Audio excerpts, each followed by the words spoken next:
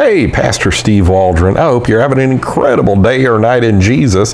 God's Reach by Glen Clark. Glad you're here.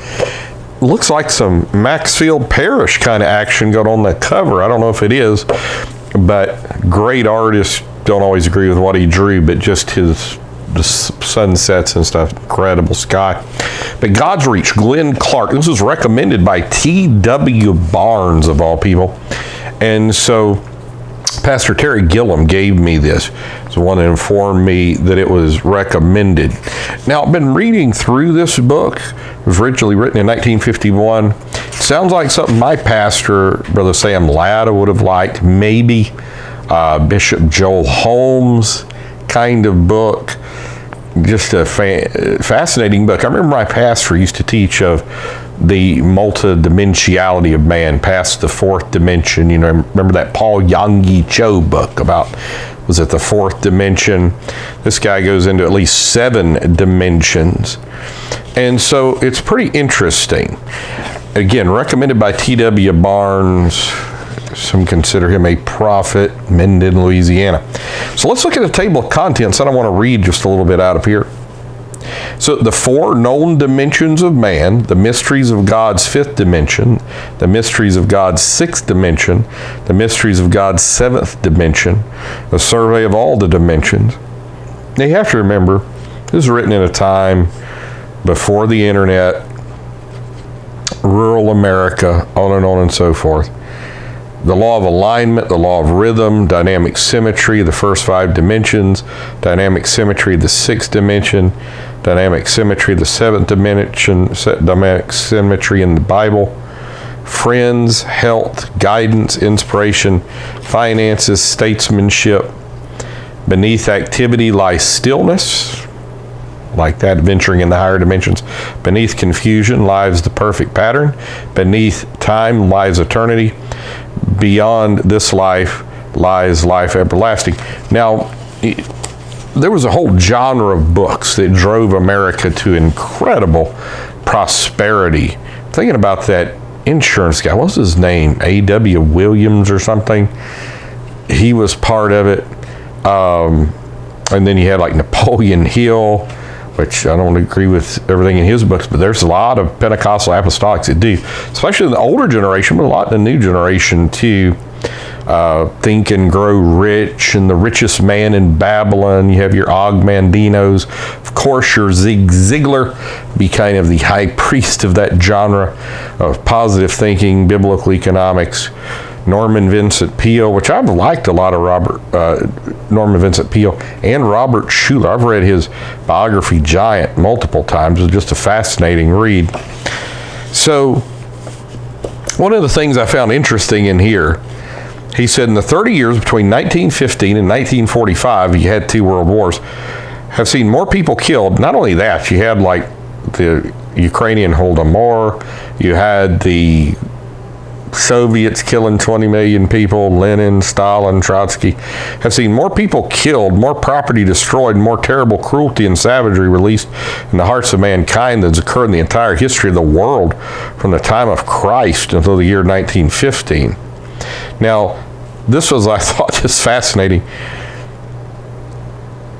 I could go into the insane asylum of the United States of America in 1915 and picked out the 30 worst cases and put them in the heads of the 30 greatest governments and let them conduct the affairs of the nations for the following 30 years, and the world would not have been any worse off by 1945 than it was now.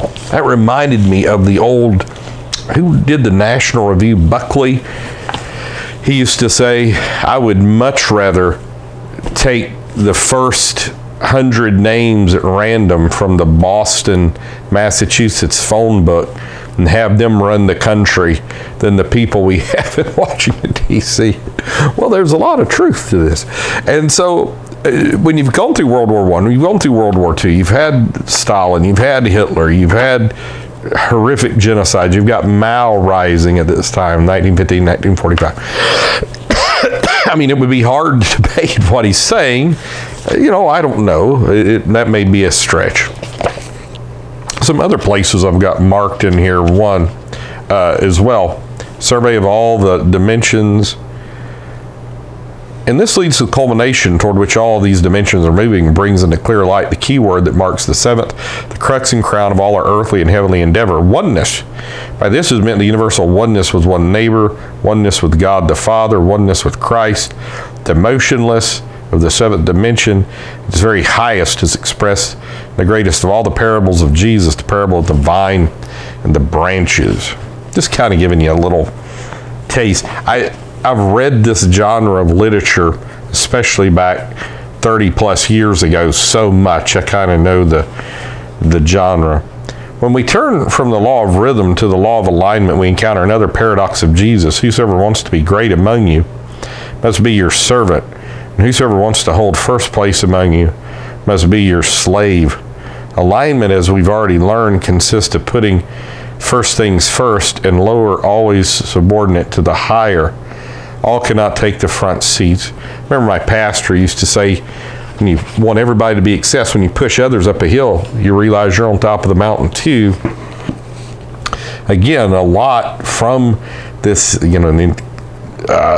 compendiums of success, and a lot of your Wall Street types. It's fascinating to me when I would read just a ton of business books in my 20s and 30s. That at that time, especially you go looking back, the Last Man in Babylon or whatever the name was, all of this, the Greatest Man in Babylon, I guess but almost everybody was telling you, even some of the recent ones, I'm thinking of like David and Goliath and all this, it's all biblical. It's like, if you do the golden rule, good things are going to happen. And it's like, well, pretty interesting. But it was, so you kind of had an American Christian veneer. I grew up not far from the Cathys, who started Chick-fil-A, a lot of Christian businesses in that area. But anyhow, he's got one on inspiration. I thought this was interesting. I've told my students that the power that runs all the machinery of the world is produced by falling water. No struggle, no effort, it just falls. But in order to fall, it has to surrender itself to the sun and be drawn up. The power that's created by the waterfalls comes from water that's been drawn up to a higher altitude level by the sun direct. You've got, you got illustrations of eagles in this genre and all this. And what is it? The eagles, don't let the ravens fly on the back of eagles. All eagles do is just keep flying higher and higher till the ravens can't breathe, they fall off. So that's what we need to do, is don't bother with the ravens that attack us, just keep going higher and higher. Jonathan Livingston Seagull by Bach. Man, how many times have I read that book? So it's got 223 pages. It ends with the scripture, O death, where is thy sting? O grave, where is thy victory?